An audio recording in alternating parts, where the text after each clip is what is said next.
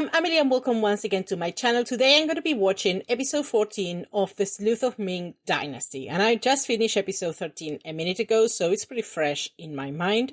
So let's see first what happened there and then we continue with this episode. So in episode 13, we had a new case that we are investigating. Obviously, we have the wrap up for the previous case, but we have the new case that we are investigating, which is this case of all these women that are appearing, you know, without their heart, dead, obviously. I don't know why I needed to clarify that. They didn't have a heart. They were obviously dead.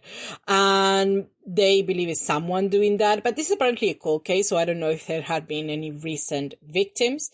But the problem with this is that they caught a guy trying to enter the city with a body of a woman. And this apparently has nothing to do with the case. This is just someone who sells bodies, hopefully only to doctors. That is what I'm sticking with. And the problem is that this particular guy was selling bodies to Pei Huai, who likes to dissect these bodies. Or I don't know if he likes it, but, you know, he does it because of his job to learn more. So he's now in jail. He's in prison because they think he's responsible for these murders. But don't worry, he's not having a bad time. He's actually pretty good. He has food there. He has liquor. He's in a single cell. He's not being tortured. So he's fine. He's not like languishing or anything like that. He's having a nice time. Tang Fan is not very happy about him being in prison, and he wants to convince Sui Zhou to let him go. But I agree with Sui Zhou. I don't think the proof that Tang Fan presents, although I think he's right in what he says, I don't think the proof is convincing enough to be able to release him yet. Like, I don't think he did it at all. And as a matter of fact, I have a strong suspicions of who could be. But I think they need something more concrete to be able to release him. So that's what we are. They are investigating. And while they were investigating, they find that Wu Yun, who is Duerla's translator and right-hand man. He was fine in the woods. He was apparently very hurt, and, you know, they cure him and all of that.